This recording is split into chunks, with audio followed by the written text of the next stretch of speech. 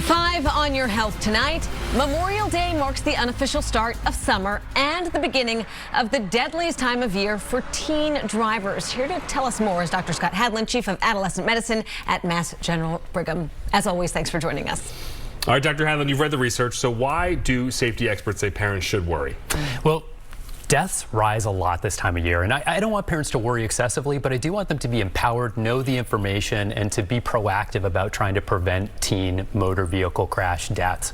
And so the facts are these, that in the summertime, motor vehicle crash deaths rise about 30% in teenagers. Why is that? There's a few different things. One, we know that they're spending more time on the road, right? They're traveling bigger distances, they're traveling throughout the day. They often have passengers in the car with them, and that can be both a distraction when they're driving, and also if they do get into a crash, there are more people packed into a car, and that's a deadlier situation.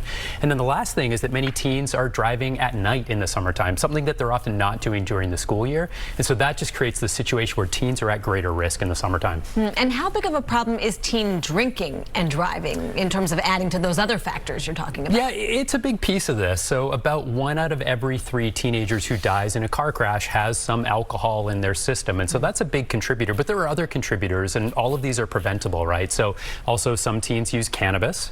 That's another risk factor. Many teens are involved in distracted driving, right? They're using their cell phone, right? They're texting friends, they're on apps, whatever it may be.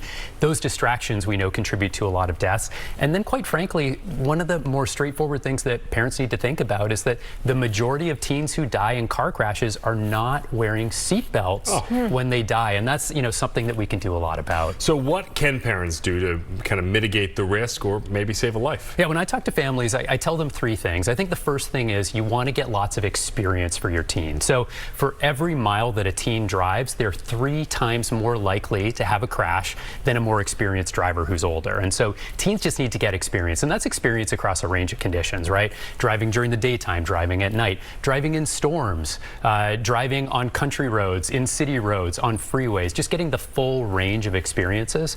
That's number 1. Number 2, remember that parents can be a little bit more strict than Massachusetts graduated driver's licensing laws, right? So, we can, as parents, expect teens to come home by a certain time, to adhere to a curfew. Massachusetts graduated driver's licensing laws actually say that teens need to be out, or need to be home before midnight typically. But the truth is many teens probably shouldn't be out and driving past about 9 or 10 p.m.